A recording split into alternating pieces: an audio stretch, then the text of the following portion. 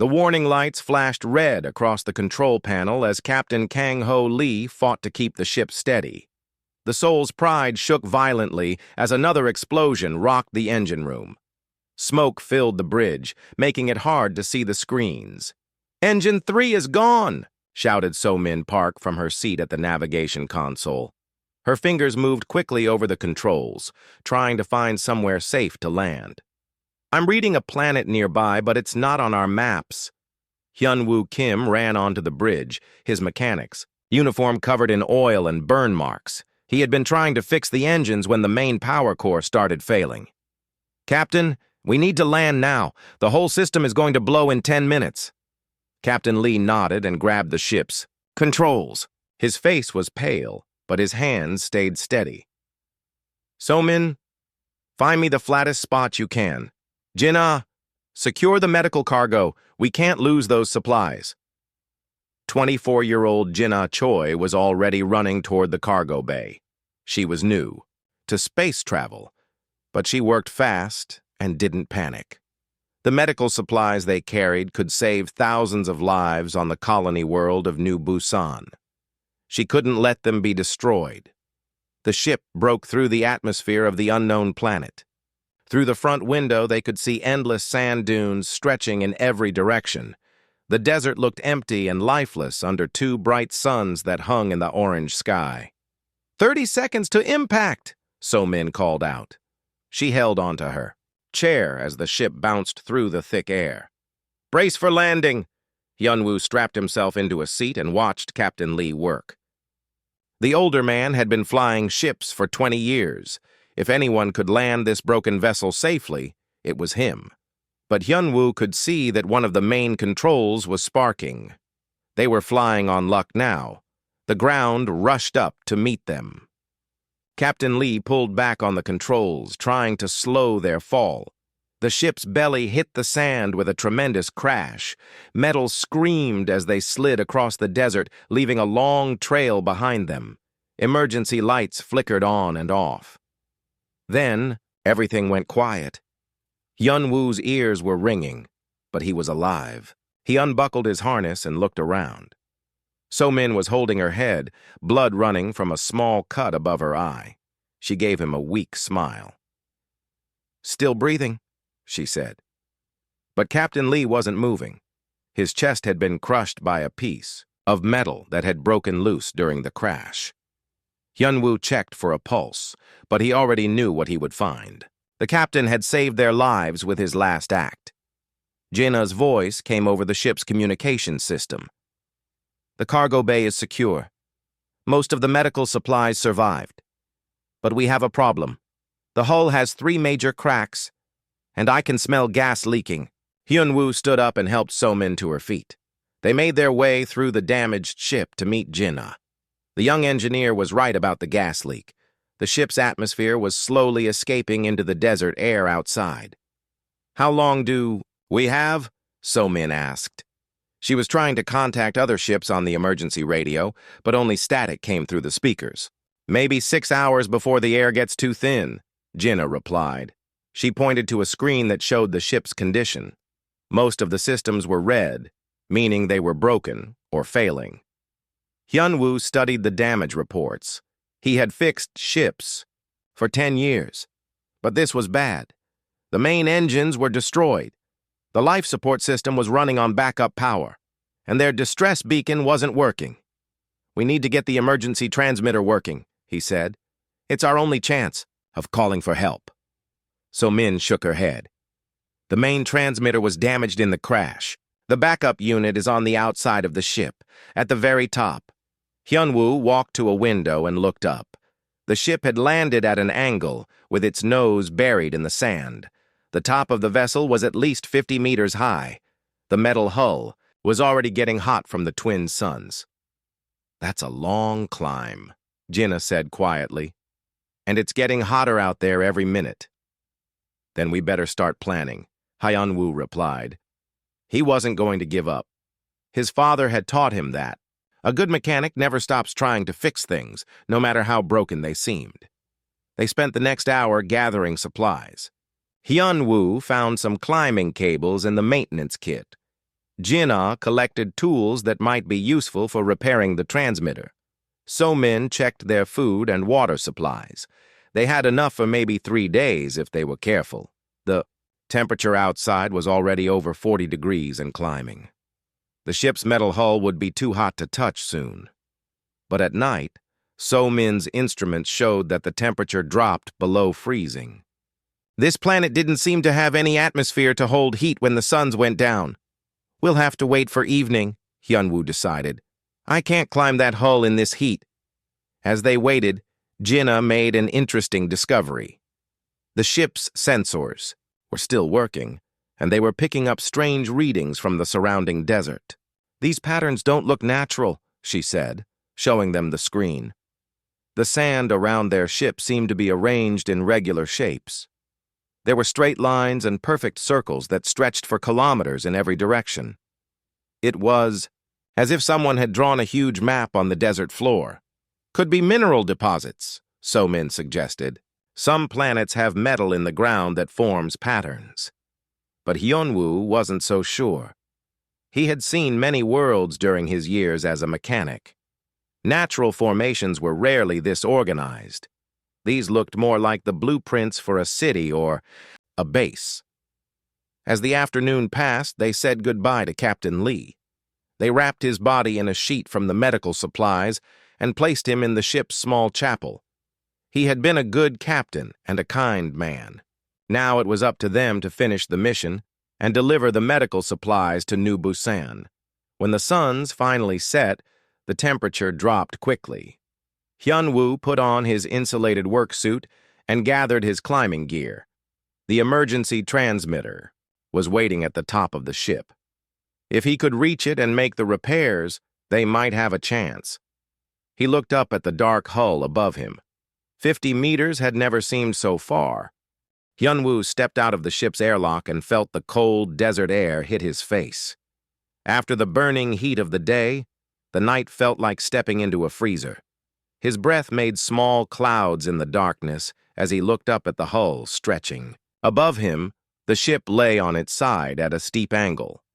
The climb would be difficult, but not impossible. Hyunwoo had worked on ships in zero gravity before.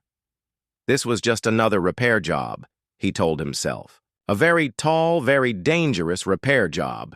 He attached his climbing cable to a strong point on the ship's hull and began to make his way up. The metal was still warm from the day's heat, but it was cooling fast. Soon, it would be too cold to touch. With bare hands. "How are you doing out there?" So-Min's voice came through his helmet radio. She was watching his progress from inside the ship. "Making good time," Hyunwoo replied. "The hull plating gives me plenty of places to grab." He pulled himself up another few meters, using the ship's design features as handholds. Jinnah was monitoring the ship's systems and the outside temperature. "It's dropping fast out there, Hyunwoo. You have maybe 2 hours before it gets too cold to work safely." Hyunwoo moved steadily upward, testing each handhold before putting his full weight on it. Some of the hull plates had been damaged in the crash and might not hold. He couldn't afford to fall now. The ground was a long way down, and the sand below looked hard as stone. As he climbed higher, something caught his eye.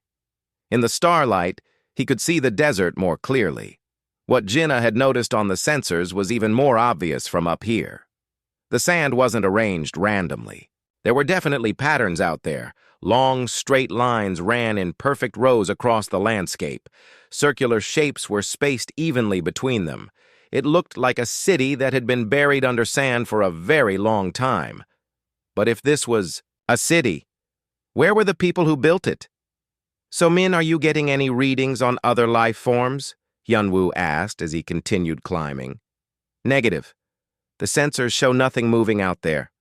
"Why do you ask?" Hyunwoo paused to rest and look around. "This place doesn't look as empty as we thought. I think we might have landed in the middle of something." He reached the halfway point and stopped to check his equipment. The climbing cable was holding well, and his tools were secure. But the cold was starting to get through his suit. His fingers were getting stiff, which would make the delicate repair work more difficult. Temperature is down to -10 and falling, Jinna reported. How much further? About 20 meters, Hyunwoo replied. He could see the emergency transmitter above him now. It was a small dish antenna mounted on the ship's highest point. The unit looked intact, but the cables connecting it to the ship's main systems were clearly damaged. As he climbed the last section, Hyunwoo noticed something that made him stop. There were scratches on the ship's hull that hadn't been there before the crash. They looked fresh, like something had been examining their vessel while they were inside. "Did either of you go outside today?" he asked. "No," So-min replied. "We've been inside the whole time." "Why?" Hyunwoo studied the scratches more carefully. They were too regular to be damaged from the crash. Something with tools had made these marks, something that was curious about their ship. He reached the transmitter and began his examination. The main problem was obvious. 3 of the 4 power cables had been severed during the crash. He would need to splice new connections to get the unit working again. But as he worked, Hyunwoo became aware that he wasn't alone. There was a feeling of being watched that made the hair on his neck stand up. He looked around carefully, but saw nothing moving in the darkness. "Guys, I think we might have company out here," he said quietly into his radio. "What do you mean?" Jinna asked.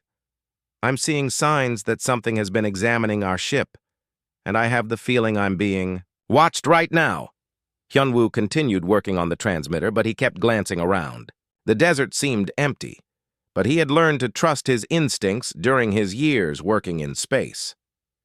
Something was out there. He finished splicing the first cable and tested the connection. Power flowed through it successfully. 2 more cables to go, and they would have their distress beacon working. That's when he saw the light. It was just a brief flash in the distance, like someone quickly turning a flashlight on and off. Then another flash from a different direction. Then a third.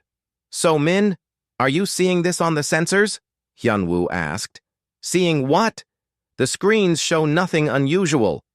There are lights moving around out there. Someone is definitely watching us." Hyunwoo worked faster now. Whatever was out there had been patient so far. But that might change. He needed to get the transmitter working before their watchers decided to take action. The second cable was more difficult to reach. He had to stretch out from his position, holding himself steady with one hand while working with the other. The cold was making his movements slow and clumsy. Just as he finished the second connection, something touched his leg. Hyunwoo looked down and saw a hand gripping his ankle. But it wasn't a human hand. The fingers were too long, and the skin had a gray color that looked strange in the starlight. "Don't be afraid," a voice said in his mind. It wasn't coming through his radio. Someone was speaking directly into his thoughts. "We mean no harm to you or your companions." Hyunwoo forced himself to stay calm. First contact with an alien species wasn't something they had trained for, but panicking wouldn't help anyone. "Who are you?" He thought back, hoping the alien could hear him. "My name is Tae-sung. My people have lived on this world for many generations. We saw your ship fall from the sky. You are hurt and need help. Are you the ones who have been watching us?" "Yes. We wanted to understand what kind of beings you are before making contact.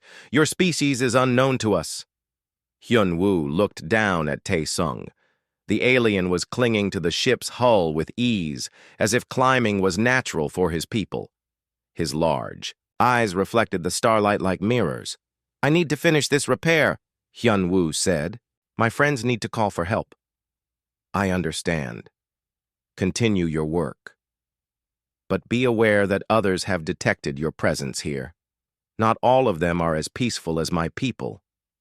Tae-sung disappeared back into the darkness, leaving Hyunwoo alone on the hull. But now he knew they weren't stranded on an empty world. There were people here hidden under the sand, and apparently there were others coming who might not be friendly. He finished the last cable connection and activated the transmitter. A green light came on, showing that the unit was working. Now they could send their distress signal across space. But as Hyunwoo began his climb back down, he wondered if rescue was what they really needed. This planet held secrets that might be more important than getting home safely. Hyunwoo climbed down the ship's hull much faster than he had gone up. His mind was racing with questions about the alien he had met. When he reached the airlock, So-min and Jinna were waiting for him with worried faces. "The transmitter is working," he reported as he removed his helmet. "We're broadcasting our location to any human ships in the area." "That's great news," So-min said. "But you look like you've seen a ghost. What happened up there?" Hyunwoo sat down heavily and told them about his encounter with Tae-sung. Jinna's eyes grew wide as he described the alien's appearance and ability to speak directly into his mind. "You're sure it wasn't just the cold affecting your brain?" So-min asked. "Hallucinations can happen when the temperature drops too low." Before Hyunwoo could answer, a new voice filled their minds. It was the same gentle tone that Tae-sung had used. "May we enter your vessel? There are things you need to know about this world." All three humans looked at each other. They had all heard the mental voice clearly. This was really happening. "How do we know you're friendly?" So-min asked out loud. "You don't," the voice replied. "But we could have harmed you already if that was our intention. Instead, we watched and waited to see what kind of people you are." Jinna went to the ship's external cameras and switched them on. The screen showed three figures standing near the airlock. They were tall and thin, with gray skin and large dark eyes. They wore simple robes that seemed to blend with the desert sand. "They look peaceful enough," Jinna said. "And if they wanted to hurt us, they probably wouldn't ask permission to come aboard." Hyunwoo made the decision. "Come aboard, but move slowly so we can all stay calm." The airlock cycled open, and the three aliens entered the ship. Tae-sung was the tallest of them. He moved with a grace that suggested his people were natural climbers. The other two seemed younger, but they had the same large eyes that reflected light like mirrors. "Thank you for trusting us," Tae-sung said, now speaking out loud in accented, but clear human language. "My companions are Nirakun and Velra. We have been learning your speech patterns from your ship's communications." "How long have you been listening to us?" So-min asked. "Since you crashed this morning. We had to be sure you were not working with the others." "What others?" Jinna asked. Tae-sung looked sad as he explained. "This world was once home to millions of my people. We built great cities and lived in peace for thousands of years. But 50 years ago, the Kethmori Empire came. They conquered our world and enslaved most of our population." He gestured toward the ship's windows, where the desert stretched endlessly. "What you see as empty sand is actually our buried civilization.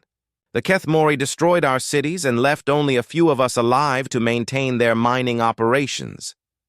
"Mining operations?" Hyunwoo asked. "This planet contains rare minerals that the Kethmori use in their weapons. They built automated systems to extract these materials and left a small garrison to watch over everything." Nirakun spoke for the first time. Her voice was soft but urgent. "The garrison ships detected your crash. They are coming to investigate. If they find you here, they will kill you and destroy your ship." "How long do we have?" So-min asked. "Perhaps 1 day, maybe 2, Tae-sung replied. "The Kethmori are efficient, but they are not expecting resistance. They believe all the natives are dead or enslaved." Jinna looked at the aliens with new understanding. "But you're not all dead. You've been hiding underground." "Yes. About 300 of us survived by going deep beneath the surface. We built hidden shelters and have lived there ever since. But our technology is old, and our people are dying slowly. We need medical supplies and fresh genetic material to survive." Hyunwoo suddenly understood. "The medical supplies in our cargo bay. You need them." "We had hoped," Tae-sung admitted. "When we saw your ship crash, we scanned it. The medical equipment you carry could save many of our people. but we will not take it by force. You humans have shown honor by risking your life to repair your communication device. Your friend risked everything to help his companions. Take whatever you need, So-Min said immediately. Those supplies were meant to save lives. It doesn't matter what species those lives belong to. Velra stepped forward. There is more you should know. The Kethmori garrison is not large, but they have powerful weapons. However, our buried cities still contain defensive systems that could be activated if we had enough power. What kind of power? Hyunwoo asked. The same type that runs your ship, Tae-sung explained. Our technology and yours are different, but energy is energy. If we could connect your ship's power core to our systems, we might be able to activate defenses that have been sleeping for 50 years. Jinna's engineering mind was already working on the problem. It would be dangerous. If we drain too much power from our systems, we might not be able to run life support. And if the Kethmori arrive while we're connected to their systems, they'll know exactly where the hidden city is located, So-Min added. Hyunwoo looked at his companions. They were asking a lot. Risk their lives to help aliens they had just met. Fight against an enemy they knew nothing about, and possibly sacrifice their only chance of rescue. But he thought about Captain Lee, who had died to save his crew. He thought about the medical supplies they carried, meant to help people in need. These aliens were people in need, and the Kethmori sounded like the kind of enemy that would threaten human colonies too. Show us these defensive systems, he said. If there's a way to fight back, we should try. Tae-sung's large eyes seemed to brighten. You would do this? Risk everything for people you just met? It's what humans do, So-Min said simply. We don't abandon people who need help.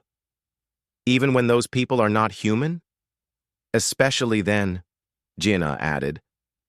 The universe is big enough for all of us to share it peacefully. Tae-sung looked at his companions, and they seemed to have a silent conversation. Then he turned back to the humans. There is something else you should know. The Kethmori have done this to many worlds.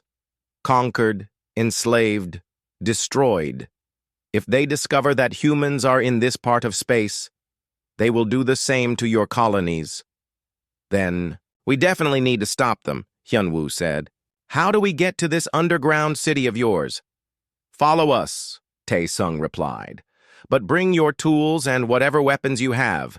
If we're going to wake up systems that have been sleeping for 50 years, we'll need a good mechanic. As they gathered their equipment, So-Min checked the distress beacon one more time. It was still broadcasting their location to human space. Hopefully help would arrive soon. But until it did, they were going to fight alongside their new alien friends. The desert night was waiting for them, full of buried secrets and hidden dangers. But for the first time since the crash, Hyunwoo felt hopeful. They weren't just trying to survive anymore. They were going to fight back. The entrance to the underground city was hidden beneath what looked like a simple rock formation. Tae-sung placed his hand on a smooth section of stone, and it slid aside silently. Behind it was a tunnel that led down into darkness. Stay close, Nira-kun whispered. The passages are old, and some are not safe. They descended through tunnels carved from solid rock. Jinna ran her hand along the walls and marveled at the smooth surfaces. This was cut with precision tools. Your people were excellent engineers. We had to be, Tae-sung replied sadly. When the Kethmori came, only our best technology allowed some of us to escape underground. The tunnel opened into a vast cavern, lit by glowing panels in the ceiling. Hyunwoo stopped and stared. Before them stretched an entire city, complete with buildings, streets, and gardens. But everything was miniaturized, built for a population that had once been much larger. How many people live here? So-Min asked. 287, Velra answered. We were once millions. They walked through the quiet streets. The remaining aliens they passed looked thin and tired. Many showed signs of illness that the medical supplies from the human ship could help treat. Children with large, sad eyes watched the strange visitors with curiosity. The genetic problems are getting worse with each generation, Tae-sung explained. We need new genetic material to survive, and we need medicines that our old equipment can no longer produce. They reached the center of the city, where a large building housed the control systems for the planet's defensive network. Nira-kun led them inside, where banks of dark screens and silent computers waited. These systems controlled shield generators and weapon platforms all across the planet, she explained. But they require enormous amounts of power to activate. Hyun-woo examined the alien technology with professional interest. The principles were familiar, even if the design was different. Jin-ah, what do you think? Can we interface our power systems with theirs? Jin-ah was already taking measurements with her portable scanner. It's possible, but it would drain our ship's power core completely. We'd have maybe 6 hours of emergency power left after that. 6 hours might be enough, Velra said. The defensive systems are designed to operate independently once activated. We would only need your power to start them up. Tae-sung activated a display screen that showed the planet from orbit. Red dots marked the locations of Kethmori installations.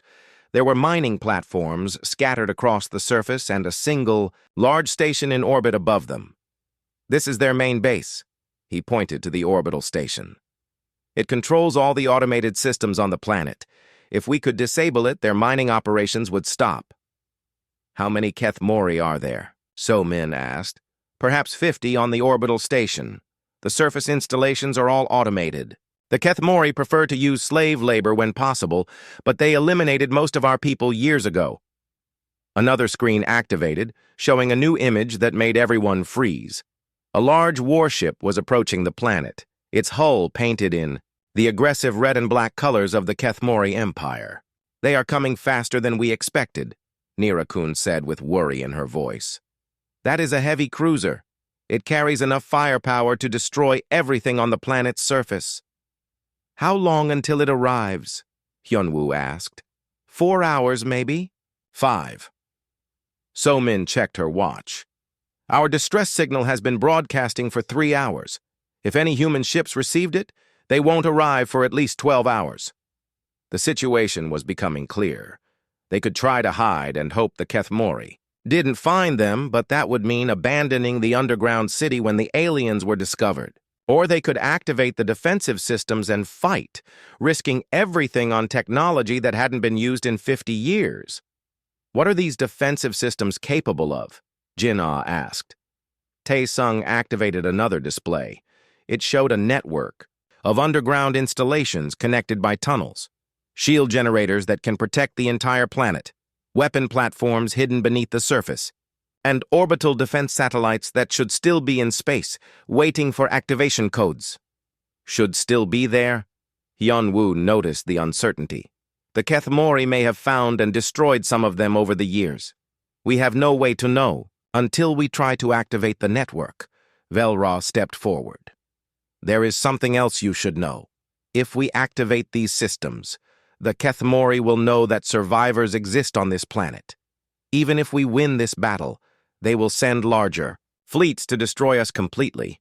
But if we don't fight, they'll kill us anyway once they investigate the crash site, So-min pointed out. And they'll eventually find your people down here, Jin-ah added. Hidden cities can't stay hidden forever. Hyun-woo studied the technical displays. As a mechanic, he understood systems and how they could fail. But he also understood that sometimes you had to take risks to achieve something important. What about other worlds? He asked. You said the Kethmori have done this to many planets. Are there other survivor populations like yours? Tae-sung nodded slowly. We believe so. Before our communications were cut off, we received desperate messages from other conquered worlds. But we have no way to contact them. The defensive network includes long-range communication arrays, Nira-kun added. If we could activate those, we might be able to reach other resistance groups. The implications were staggering. This wasn't just about saving one underground city. It could be the beginning of a galaxy-wide resistance against the Kethmori Empire. But it all depended on whether 50-year-old alien technology would work when they needed it most. "We need to make a decision quickly," So-min said. "That Kethmori ship will be here soon." Hyunwoo looked at his companions. They had already risked everything to get this far. Captain Lee had died getting them to this planet. The medical supplies they carried could save these people, and the Kethmori represented a threat to all free civilizations in this part of space. "Let's do it," he decided. "We'll connect our power core to your systems and activate the defenses. But we need to work fast." "Are you certain?" Tae-sung asked. "You are risking your lives for people you barely know." "That's what friends do," So-min said simply. "Friends? You saved Hyunwoo's life up on that hull," Jinna explained. "You could have left us to face the Kethmori alone, but instead you're offering to help us fight them. In human culture, that makes you friends." Tae-sung's large eyes seemed to shine with emotion. "Friends. Yes, I understand this concept. We will be honored to fight alongside our human friends." They began planning immediately. Jin-ah would lead, a team to connect the power systems. So-min would help coordinate the activation sequence from the control center. Hyunwoo would oversee the technical integration, making sure alien and human technology worked together properly. Velra and Nira-kun would handle the military aspects, activating weapon systems and coordinating defensive positions. If the orbital satellites were gone, they would need to rely on surface-based defenses. As they worked, more aliens arrived to help. Despite their small numbers, they moved with purpose and determination. These people had been hiding for 50 years, but they hadn't given up hope. "One question," Hyunwoo said as they prepared to return to the ship. "Why didn't you activate these systems before? Why wait until now?" Tae-sung looked sad. "Because we knew that activating them would mean the end of our hiding. The Kethmori would hunt us down and kill every last one of us. We chose survival over fighting back. What changed?" "You did. You humans showed us that some people will risk everything to help others. You gave us hope that the galaxy doesn't have to belong to the Kethmori forever." As they climbed back toward the surface, Hyunwoo realized that this was bigger than just fixing a ship or calling for rescue. This was about what kind of universe they wanted to live in. The Kethmori represented conquest and oppression. The humans and their new alien friends represented something different: cooperation, sacrifice, and hope. The battle for this planet was about to begin. Back at the ship, Jinna worked frantically to disconnect the power core from the main systems. It was dangerous work that required precise timing. If she made a mistake, the core could explode and kill everyone within a kilometer. "How much time do we have?" she asked without looking up from her tools.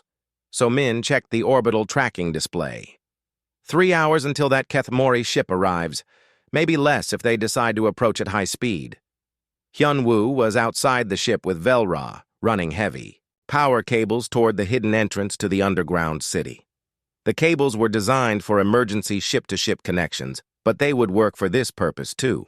"Your people have impressive technology," Velra observed as they worked. "These cables can carry enormous amounts of power safely." "We learned from some painful lessons," Hyunwoo replied. "Early human ships had a lot of power system failures. Engineers like Jinna studied those failures and designed better equipment." This concept of learning from mistakes is interesting. The Kethmori believe that failure means weakness. They destroy anything that fails rather than trying to improve it. "That's a stupid way to do things," Hyunwoo said. "Mistakes teach you what doesn't work so you can find what does work." They reached the tunnel entrance where Nira-kun was waiting, with more aliens. Together, they began running the cables down into the underground city. The work went faster with more hands helping. In the control center, Tae-sung was powering up systems that hadn't been used in decades. Ancient computers came to life slowly, their screens flickering as they performed self-diagnostic checks. "Many systems are still functional," he reported with relief. The shield generators show green status on most continents. The orbital defense satellites. We have 12 out of 20 still responding to signals. Is that enough? So Min asked. It will have to be, Narration replied as she joined them. The weapon platforms are in better condition. We have surface-to-orbit missiles in silos across the planet. Most of them should still work. Jinna's voice came over the communication. System. Power core is disconnected and ready for transport. But remember, once we move it to your systems, we only have 6 hours of emergency power left in the ship. Understood, Hyunwoo replied. Tae-sung, are your people ready to receive the power transfer? Yes, the connection points have been prepared. We can begin as soon as the core arrives.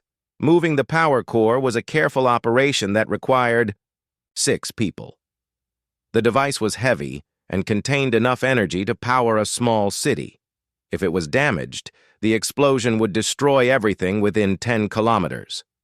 They carried it through the tunnels on a floating transport platform that Velra had found in the city's maintenance areas. The aliens had built their technology to last, and even after 50 years, most of their equipment still worked perfectly.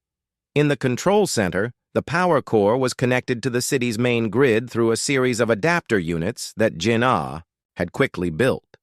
She had combined human technology with alien engineering principles to create something entirely new. Cross your fingers, she said as she activated the connection.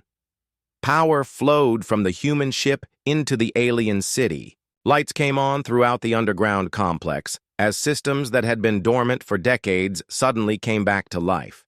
The main display screens showed green lights appearing all across the planet as the defensive network awakened.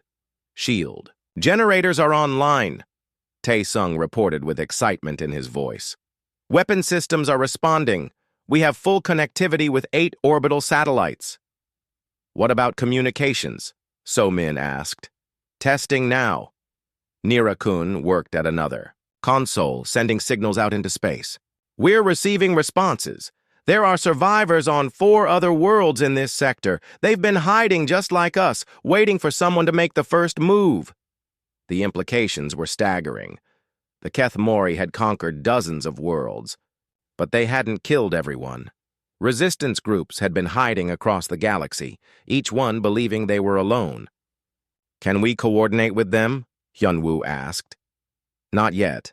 The communication arrays need more power to reach that far. But if we can hold this planet, we can turn it into a base for contacting resistance groups throughout Keth Mori space. Velra was monitoring the approaching enemy ship. Contact in 90 minutes. It's a heavy cruiser with escort fighters. Our satellites can engage the fighters, but the cruiser will be difficult to stop. What about the surface weapons? Jinna asked. Missile silos are armed and ready, but we only get one chance with those. If we miss, the Keth Mori will destroy the launch sites. So Min studied the tactical display. We need to make them think. They're fighting a larger force than they actually are. If they believe this planet has been reinforced by other civilizations, they might retreat and call for backup. That would give us time to prepare better defenses, Tae-sung agreed. And it would give my people time to respond to our distress signal, Hyunwoo added. Human ships could be here in 8 hours if they received our message. They spent the next hour coordinating their defenses. The orbital satellites would engage the escort fighters while staying hidden from the main cruiser. Surface-based weapons would target the cruiser itself, but only after it committed to attacking the planet. The key was timing. They needed to make the Keth Mori believe they were facing prepared defenses rather than desperate survivors making a last stand. Signal from the approaching ship, Nira-kun announced. They're trying to contact the orbital station. Can we intercept their communications? Already done. They're asking about the crashed ship and whether any survivors were found. Velra looked grim. The orbital station will report that no investigation has been completed yet. The cruiser will assume we're all dead and perform a standard cleanup operation. What does that involve? So Min asked. They'll destroy our ship from orbit and scan the area for any useful salvage. If they find the medical supplies, they'll take them for their own use. And if they find any trace of the underground city, they'll bombard the entire area until nothing remains. Hyunwoo checked the power levels on their defensive systems. Everything was running at maximum capacity, but the human power core was draining quickly. They had perhaps 4 hours before the energy ran out completely. "New contact!" Tae-sung called out suddenly. Multiple ships approaching from the edge of the system. "More Kethmori?" Jinna asked with worry. "No, these are different. The signatures match human ship designs." Somin rushed to the communication station. "Can we contact them?" "Trying now. Yes, I'm getting a response. This is the UES Seoul calling any survivors of the cargo ship Seoul's Pride." "That's a human Navy destroyer," Hyunwoo said with relief. "And she's got escort ships with her." 4 vessels total, Velra reported. 1 destroyer, 2 frigates, and a supply ship. Not enough to fight a Kethmori heavy cruiser in open space, but with our help, we might have a chance, Somin finished. She activated the communication system. "UES Seoul, this is Somin Park, navigator of the Seoul's Pride. We have survivors, but we're about to come under attack by hostile alien forces." "Acknowledged, Seoul's Pride. We received your distress signal. What's your situation?" "We've made contact with friendly aliens who are under attack by an aggressive empire. We're about to engage enemy forces in approximately 30 minutes. "Understood. Seoul's Pride, we're accelerating to combat speed. Hold your position. Help is on the way." Hyunwoo felt a surge of hope. The human ships were still outnumbered, but they had the advantage of surprise. The Kethmori weren't expecting any resistance, let alone a coordinated defense involving 2 different species.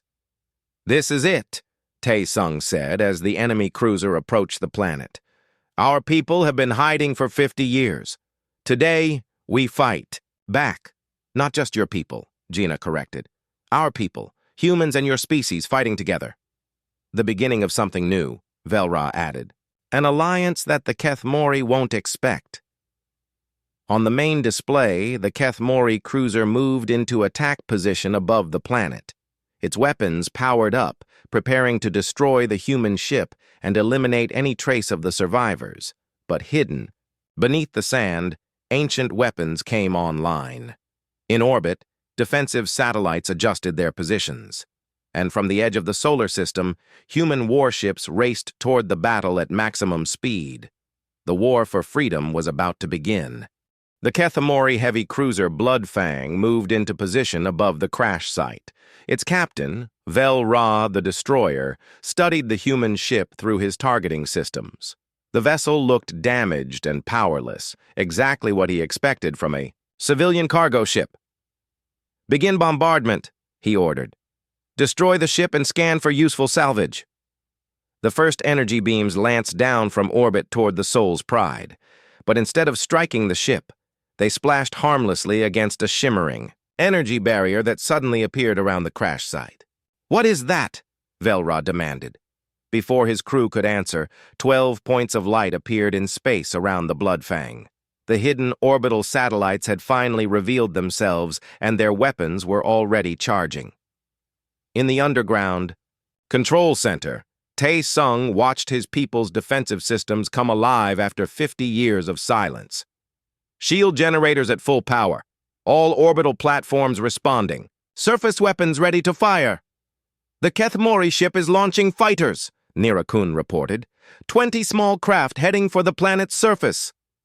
"Let them come," Velra said grimly.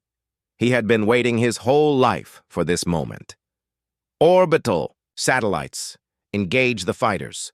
Surface batteries. Target the cruiser's main engines." Space around the planet erupted in weapons fire. The ancient satellites moved with surprising speed, their targeting systems tracking the Kethmori fighters with deadly precision. The enemy pilots had been expecting an easy attack on defenseless survivors.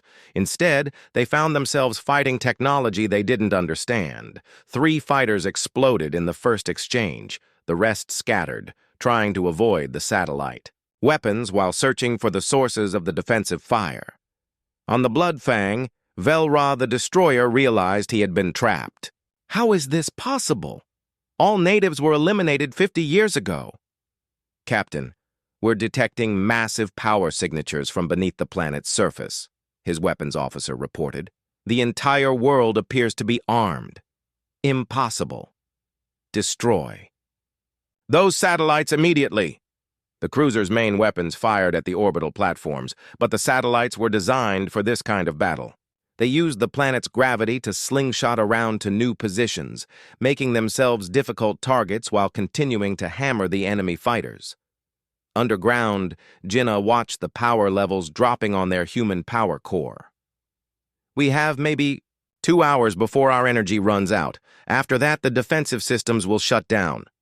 The human ships will be here in 90 minutes, So Min replied. We just have to hold until then. Surface batteries, fire! Tae-sung commanded. Hidden missile silos across the planet opened, revealing weapons that had been buried under sand for half a century. Dozens of missiles streaked up from the surface toward the Kethmori cruiser. The enemy ship's defensive systems destroyed most of them, but 3 got through and struck the vessel's rear section. Engine damage, Velra's crew reported. We're losing power to the main drive systems. How many ships do they have? Velra demanded. We can't tell, sir. The weapons are coming from multiple locations across the planet. This appears to be a fully operational defense network. Velra studied his tactical display with growing concern. This was supposed to be a simple cleanup operation, but he was facing coordinated resistance from technology he didn't recognize. Worse, his ship was taking damage while he couldn't even see most of his enemies. Sir, new contacts approaching from the outer system, his sensor operator called out. Reinforcements? Negative, sir. These appear to be ships from the same species as the crashed vessel. Velra's blood turned cold. He had stumbled into a trap. The crashed ship wasn't an accident. It was bait. This entire world was a military installation designed to lure Kethmori forces into a killing zone. In space, the UES Sol and her escort ships dropped out of faster-than-light travel and immediately began accelerating toward the battle. Captain Kim Min-ho studied the tactical situation with amazement. What am I looking at? He asked his tactical officer. It appears the survivors have allied themselves with the local population, sir. They've activated planetary defense systems and are engaging a Kethmori heavy cruiser. The locals are fighting back? I thought this system was uninhabited. Apparently not, sir. We're receiving tactical data from the surface. They're requesting assistance with the enemy cruiser. Captain Kim made his decision quickly. The Sol's pride had been carrying medical supplies to human colonies. If the survivors had found allies willing to fight the Kethmori, then humanity had a duty to help them. All ships, attack formation. Target the enemy cruiser's weapons systems. Let's show these Kethmori what human ships can do. The human warships opened fire with precise, coordinated strikes. Their weapons were different from the alien technology, but they were just as effective.